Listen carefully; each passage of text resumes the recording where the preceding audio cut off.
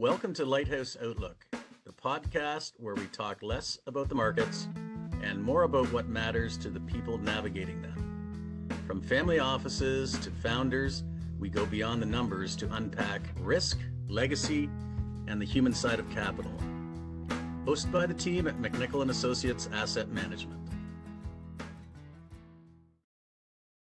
All right, great. Thanks very much, everyone, and welcome to our latest monthly podcast here at MacNicol Associates. I'm Joe Pochodyniak, one of the managers with the MacNicol investment team, and I'm really excited to introduce the leadership of one of our recent portfolio companies in the Emergence Fund, and that's going to be really the fund here at the company that focuses on things like technology and AI, but also things like music royalties and other alternative investments. And so today what we're talking about is going to be a little bit into that crypto and blockchain side of the equation. We have Mat Cybula with us, and Matt is the CEO of one of our, like I said, latest companies. It's called TenX Protocols, and it recently debuted on the TSX as a publicly traded company. So Matt, welcome to our podcast series. Before I turn it over to yourself, we do like to run these podcast series once a month for our investors. We feel it helps them kind of connect with some of the private companies and in your case, a public company now in terms of, the alternative space. So why don't you go ahead and tell us a little bit about yourself, the company, how you had the idea, where we're at today and where you see us heading. Thank you so much. First of all, thank you for having me. I appreciate you bringing me on, and I appreciate your support as an investor. So yeah, maybe I'll give you a little bit of background about myself, and then I'll get into the company, the vision, and the state of play in crypto and in the markets at large, because I think it's part of a broader macro story here. So my background, I went to the London School of Economics, and I did a master's there, and then kind of fell in love with the concept of like, what is really money at the end of the day? How does it work? Where does it come from? It's kind of at a bigger macro level. And came back to Canada, to Toronto, traded stocks, options, and derivatives for a few years, and then got into the fintech startup world in 2011, 2012. And then I discovered Bitcoin in late 2013. So that was right around the peak of the cycle at that time, when it was around $1,000.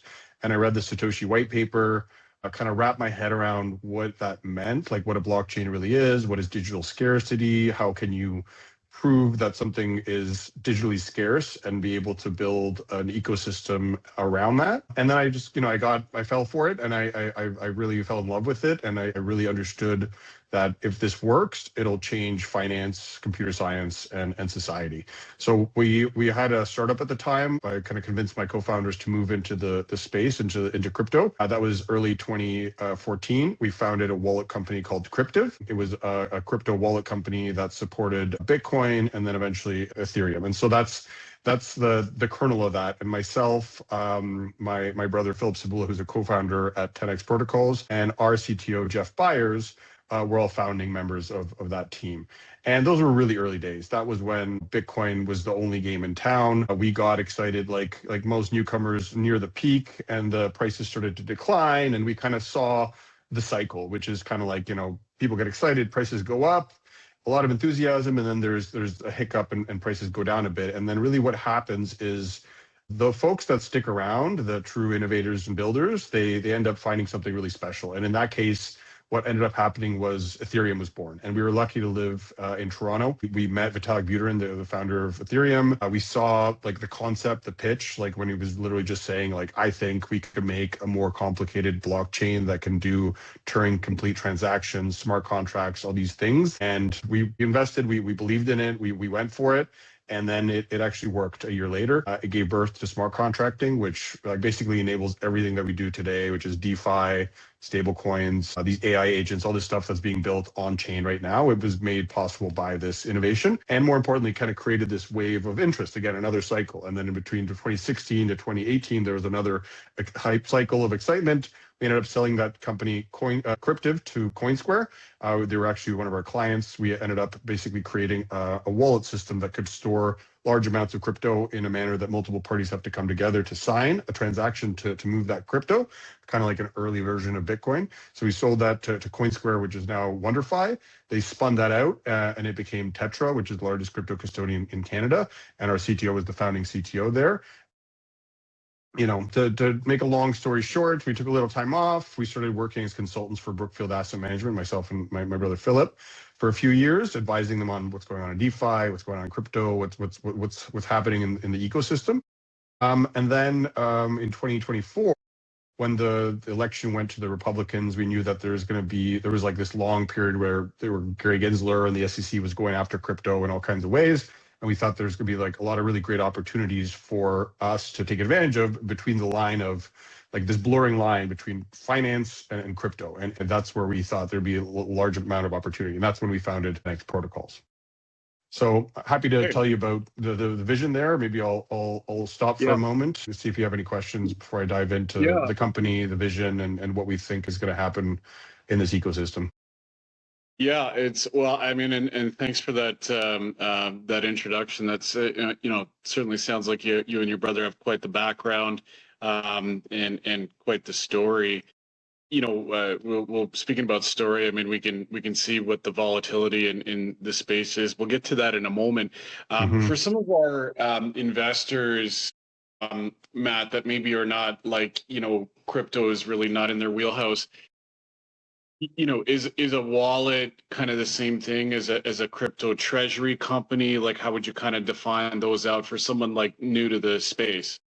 Yeah, absolutely. So a wallet, really, it's a piece of software that allows you to interact with blockchains and store digital assets like Bitcoin or Ethereum or Solana. So you can think of it as it's akin to like a wallet is like an email client. So if you want to interact with the email protocol, which is SMTP, then you need a client like Gmail. So on your phone, you download, the Gmail client, you set up your account, and then that allows you to send and receive emails. And that has to follow a set of rules, right?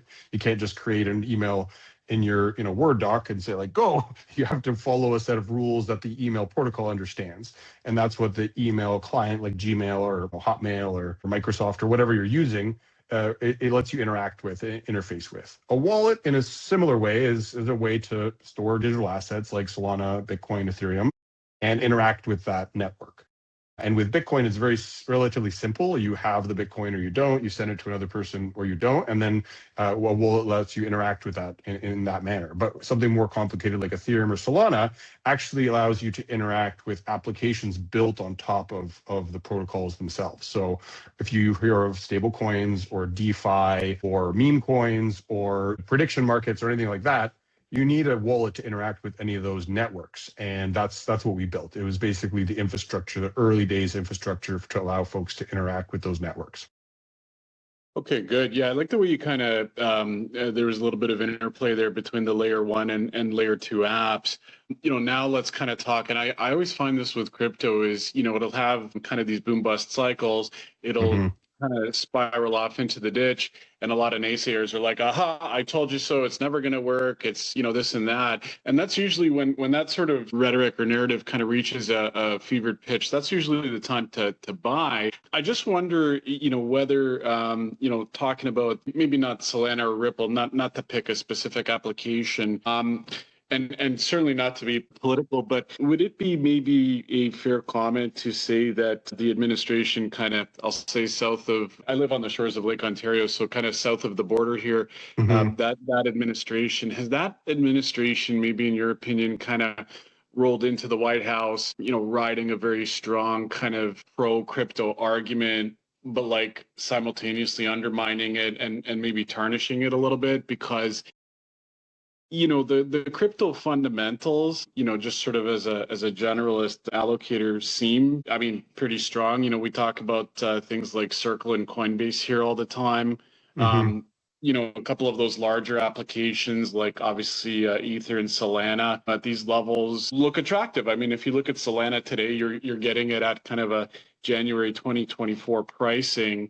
And so I just wonder, what your thoughts are in terms of that, like how much of this is just volatility in general, and how much is this maybe politicians kind of quote dropping the ball, if you will? Yeah, no, I hear what you're saying, and in a lot of ways, as you said, crypto is a volatile asset, and things go up and down. And when things are going up, maybe they overshoot. When they go down, they overshoot as well. So that's unfortunately the nature of the business. And in a way, I mean, fortunately and unfortunately, because it's it can work in both ways. And in a way, it's in some senses, it's a free market with all the warts and pimples and drawdowns that sometimes that is associated with. And so sometimes, folks use it for the wrong thing. People get too excited and too many, so there's a lot to that. So that's part of the reason. To get to the political part, politics is always, complicated and sometimes challenging to discuss while trying to maintain a kind of a neutral stance. But the way I would see it is that,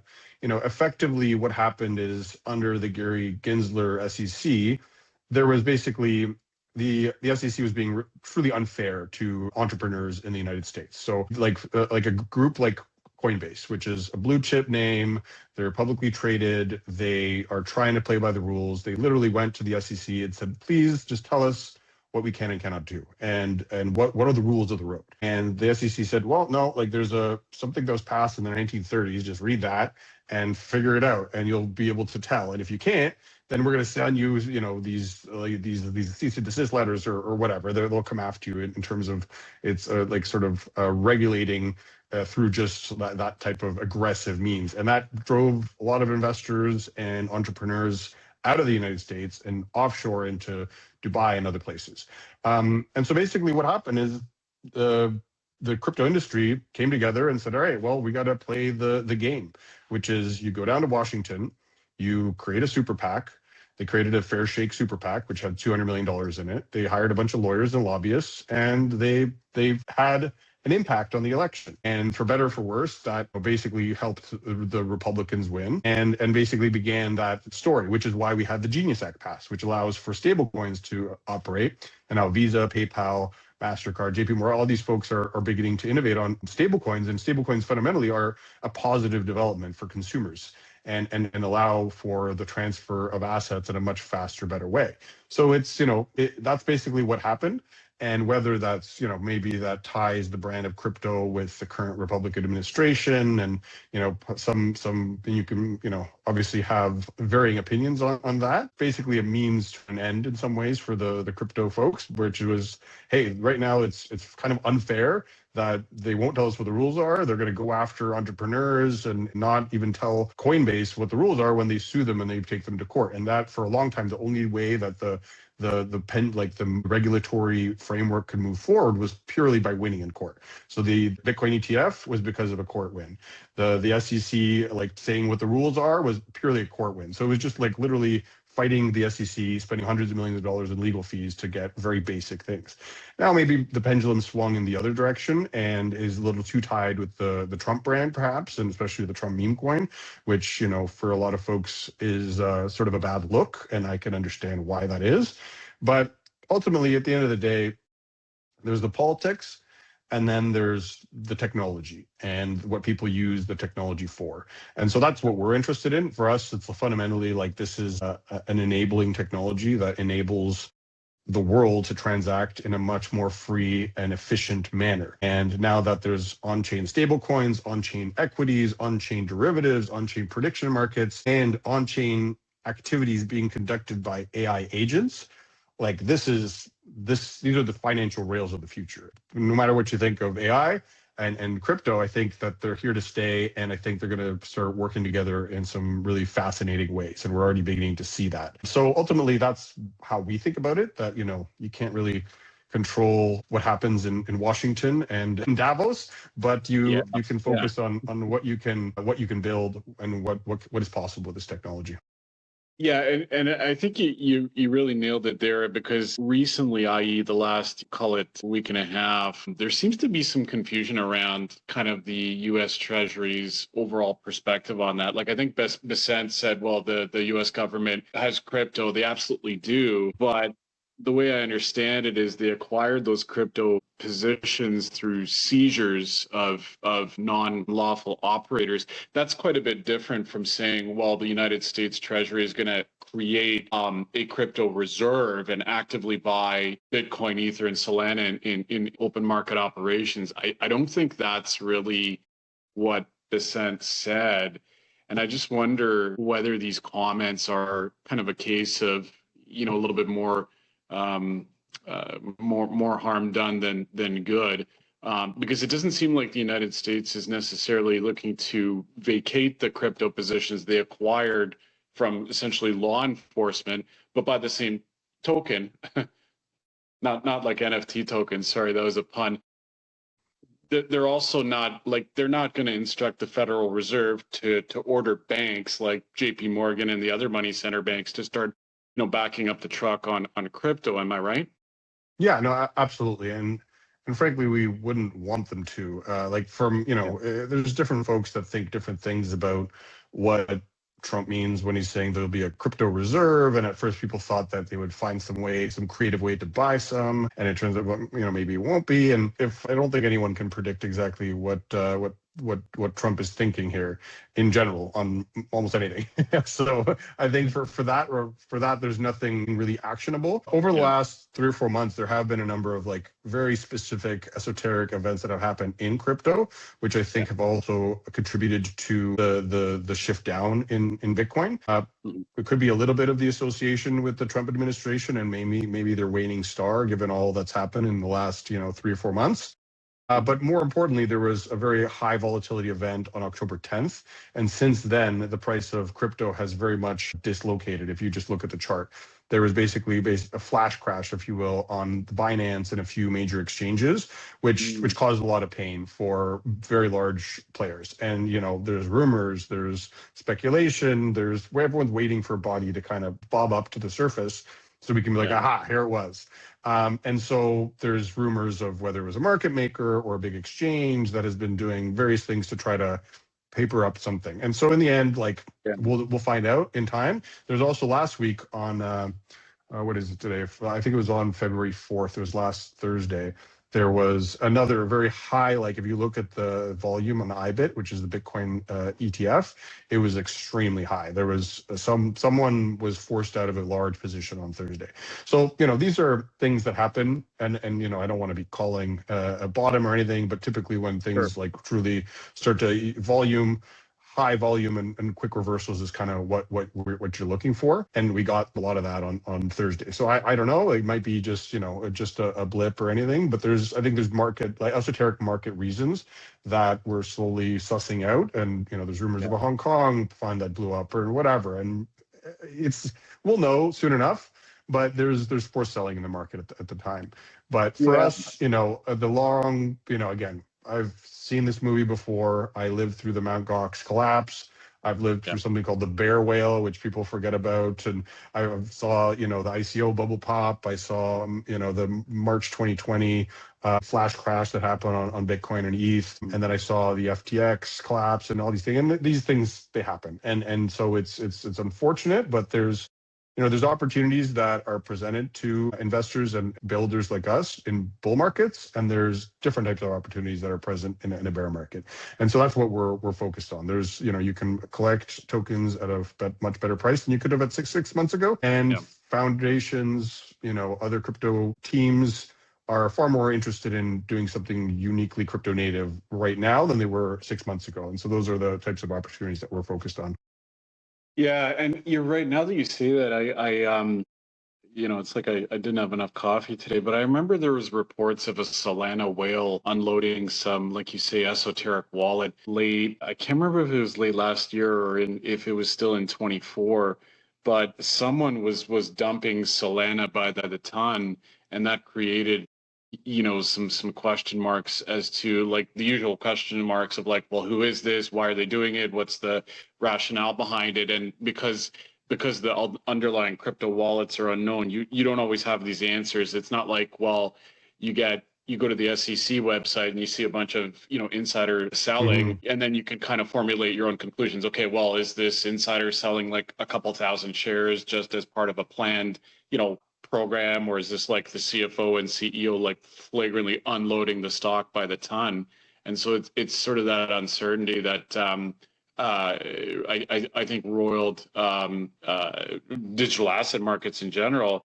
But now, like, I mean, as you kind of alluded to, it seems like I think a lot of people that are in that pro crypto crowd are kind of saying, well, this is sort of like a 2-year full circle from Jan 24 until now, and maybe some investors at some point are going to swoop in and start buying. And we've seen this before in other securities that we invest in here at MacNicol is, you know, the time there's like literally, and I don't want to say this is the blood in the streets moment. Like I'm not qualified at all to make that judgment, but usually when you see evidence of like selling pressure being rampant, it's kind of time to start preparing for an investment, I guess. Is that kind of accurate or fair?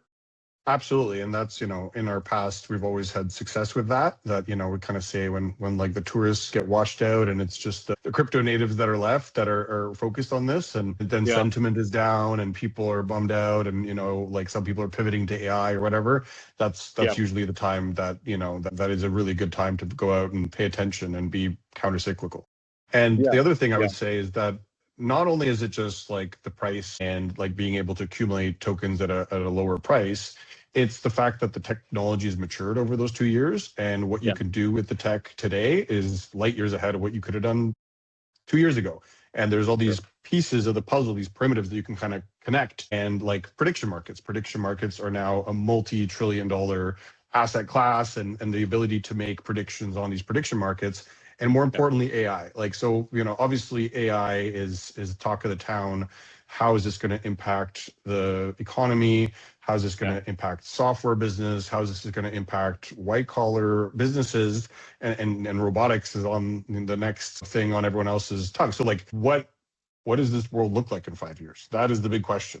And for me, what I think about is what does the world look like, and where is their value, and what role do crypto networks play in this? Because you can't give an AI agent a credit card or a bank account, but you can handle a Solana wallet with 5,000 USDC in it, and it's programmed to take action. So what action does that take? Does it market for you? Does it engage other AI agents? There's a lot of really interesting things happening with there's a new project and that's like the Claw, and, you know, these AI agents are being created and given crypto wallets. And so where is the value? Where is the value going to accrue in this world where intelligence is far more accessible and programmable? And where does money and value fit into that? And where does it accrue? And so that's the big question, big puzzle for not only just crypto investors, but for the world, like for all investors, for macro. And so I think that's somewhere in there is a generational opportunity. And I think from my point of view, the most simple answer is I think Solana should do well in that world, because Solana is very liquid, has a lot of great primitives built on it. It's very programmable, and it's cheap, and it has a high throughput. Solana can do 65,000 transactions per second, roughly, and they cost sub a penny, like far less than a penny. And so that makes a lot of sense. Perhaps something else will, you know, also do well, and that's kind of what we're focused on and looking at and evaluating to see where, you know, kind of skate to where the puck is going. But it doesn't feel good when the prices are down and markets are at a low and sentiment is low. But again, I've seen this before, and when people that are, you know, diehard crypto folks are starting to like lose their religion, it's often a good time to pay attention and see where the smart people are heading towards, and begin going that way. Maybe we could take a little step back and talk about like the competitive advantages of the platforms that you guys are supporting. I know you guys supporting Solana and Sue and Sai. Happy to do that. Sui, Say, Tezos and Bonk. So I can get into each one of those in particular, but at a very high level, and again, this is a moment of transformation in crypto at a very high level. I don't know, Vitalik Buterin, who again created Ethereum, who I have a lot of respect for, he's kind of basically admitted that, you know, there's been a kind of a mistake on Ethereum's part of basically allowing scalability to move up to the L2, the second layer, and not focus on scalability at its core, at the foundational layer, which is basically to say that there is a lot of change happening in crypto. And the one thing that we think makes a lot of sense is transactions have to be fast, they have to be cheap, and they have to be user friendly. And those that's what really matters.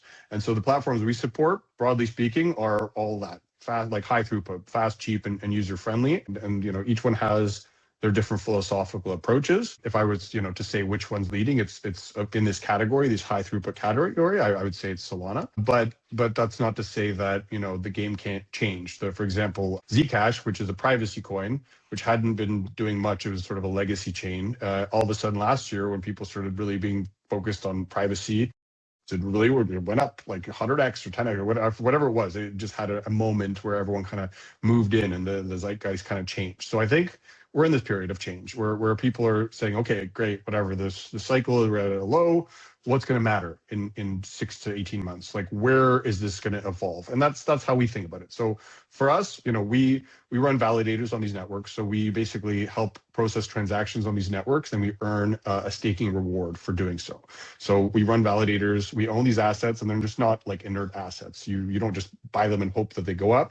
You buy them, you use them to run validators, you work with the foundations that have invested in our firm and that we work with, and you try to understand where their priorities are and how we can contribute to those and how we can benefit not only their ecosystem, but obviously our shareholders as well. So that's our key focus. High throughput blockchains, and to understand what the future of crypto in a world of AI and everything else will look like, and position ourselves accordingly. And if that means adding a different protocol or adjusting how we think about the future, then we'll do that. And we have the mandate to do that, which is why I think we're uniquely positioned compared to some other crypto protocols, which are just all in on one thing. They're like all in on whatever, Solana or something else. Whereas we support multiple, because we know that change is, the only variable that stays constant in crypto.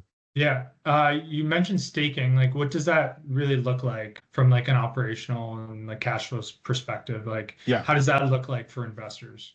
Absolutely. So staking is basically, at a very high level, all these protocols, and I could even show you a demo of what that looks like. But all these protocols are effectively just processing transactions. So if you have a bank account at RBC, let's say, and you have $100 in your bank account, it's RBC's job to make sure that you don't send your friend $10,000, because it doesn't add up. The ledger doesn't add up, right? You had $100. If you send 10,000, it's a problem. And so that's RBC's job to be the ledger keeper of that, along with the other banks. And so they kind of work with each other. But if it's an RBC to RBC transaction, it's their job to make sure that this wallet or this bank account doesn't send more than it has to this other account, right? So what a validator does at a very high level is these protocols, these are networks. So Solana is a network. There's thousands of validators that are basically listening to protocol and watching these wallets. And whenever someone submits a transaction, it's the job of a validator, which is what we do. We run these validators, which is it's called staking, to see this transaction, look at it, make sure that the number adds up, that if you have one Solana, you're not trying to send 1,000. And if all the math checks out, you take that, you publish it, and then the transaction occurs, and the Solana moves from one wallet to another. And so at a very high level, that's what we are. We're kind of like the back end or bookkeepers of these protocols, and we're one of thousands. But we do this and we receive something for it. We receive a reward. So for Solana, you earn about 7.5% per year for running a validator. And it's in kind, so you earn more Solana, so you kind of compound over time. And with Tezos, for example, it's around 10%, and each one's a little different. So, but you're basically, so that's the concept of it. And from a practical point of view, what it means is we run software and a bit of hardware and some custom software to make sure the validator is always up and that someone's babysitting basically. And you run this validator, and the way that you earn it is you have to put up a stake. So you have to put up that asset. Let's say you have 1,000 Solana tokens, you put it up as a stake, which grants you the right to process those transactions and earn that reward. And so that's what we do. And then if someone else happens to own some Solana and they want to have access to this reward system, but they don't want to have the hassle of running the reward of the validator on their own, they can delegate to our validator, earn a fee, and then we collect a bit of that fee. along the way. So at a very high level, that's what our company does. That's what our infrastructure and technology does, which basically provides sort of a public good, if you will, to the crypto protocols we support, and earns a fee in exchange for doing so. Okay, very interesting. Yeah, no, that was a really good overview. I guess just one sort of question. I don't want to, stir the pot over here, but like, whenever there's sort of a crash in crypto, are the forums and the conferences and the overall dynamic about crypto like totally different in like high adoption rate countries like Switzerland, Singapore, Portugal, those sorts of Japan? Are those like kind of countries and the people there more like, yeah, it's just a correction, it'll correct itself? Whereas here, like in some of the Western world countries, you get these more old school people that are like, aha, I told you, it's a failure, it's going nowhere, this and that. Like, are there kind of regional differences in terms of adoption rates and how they kind of accept the volatility in crypto? Yeah, that's a good question. I think ultimately, when there is a big correction in crypto, like I said, it kind of washes out the sort of Johnny come latelys. There's a lot of people that kind of jump into it like last summer because it was all happening, and someone who used to be doing sales and something and now is in crypto, and it doesn't go, and so they end up leaving. And so I've seen that a lot, and there's folks that kind of cycle in and out and go to different industries depending on what's hot. But overall, I mean, like, despite the fall in crypto, the adoption of things like stablecoin has gotten stronger, if anything. Like this quarter, I think they just announced that Visa said they had over $4 billion of stablecoin transactions they projected over the next 12 months. And so Visa's embracing it. Interactive Broker now allows you to fund your brokerage account with stablecoins. So, if you have an Interactive Broker account, you've got a position you need to add some margin for or whatever, you can send it using a Solana wallet on a Saturday night at 2 a.m. if you want. And then it'll be there within, half an hour, 10 minutes. Like it arrives quickly, but I think it doesn't quite show up on your account instantly, but it arrives there instantly.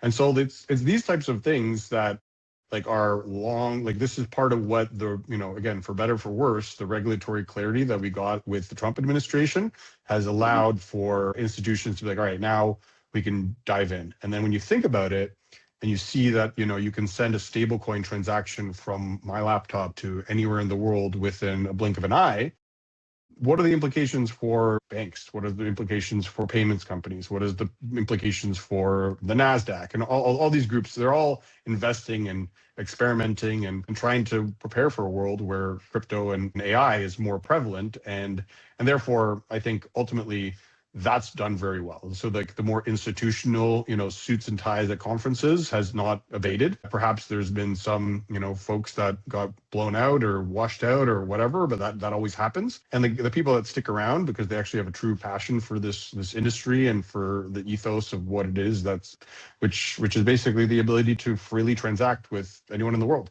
And there's kind of a principle to that, which I think is important. And it's very important for folks that live in developing countries like Venezuela, Argentina, Iran, that we take for granted sometimes that you can go to the bank and do a withdrawal and you don't have to pay a bribe and they're not going to steal your money and like you can transfer it to somewhere else. Like these are things that a lot of people in the West really take it for granted and are slowly, and that's why stablecoins is such a huge industry. There's over 300 billion stablecoin tokens are out there, or $300 billion worth of stablecoins. And they're very active. They're moving every day. The velocity has not changed, and the institutional adoption is still here despite the price. So I think that there's kind of the fundamental story, and then there's the price, and then there's what's being built. And so ultimately, that those all have to kind of square out in the end. Okay, very good. I mean, that's a great way to finish it off. I think, it's interesting you made that comment. I think about the people that, like the non-dog people that bought dogs during COVID because they were at home a lot, and then they just kind of, when the economy reopened and COVID went away, you've got people that really kind of shouldn't have been dog people to begin with dogs. And now, the dog is kind of left either, home alone or worse. So I'm pleased you made that point. No, this is really exciting for us, Matt. We do appreciate you being here. We wish you continued success in the business. And I'm sure we'll get updates from you in the future. So thanks very much, Ken or Luke. Did you have any other questions or comments for? By the way, Matt, as you may know, we've got two really good hockey players on this podcast. So the hockey analogy of going to where the puck is going is not lost on either one of them, I'm sure. That's great. Yeah. No, Matt, thanks very much. Yeah, it's thank you. Yeah, opened up my eyes to the world of crypto, and I wish you continued success. Thank you so much. Really appreciate you inviting me, and happy to come back anytime. Great. Thanks a lot. Awesome. Thanks so much. Thank you. Thanks for listening to Lighthouse Outlook. If this conversation sparked a new perspective, share it with someone who thinks differently. Subscribe for fresh episodes every 2 weeks and visit MacNicolAsset.com to learn more.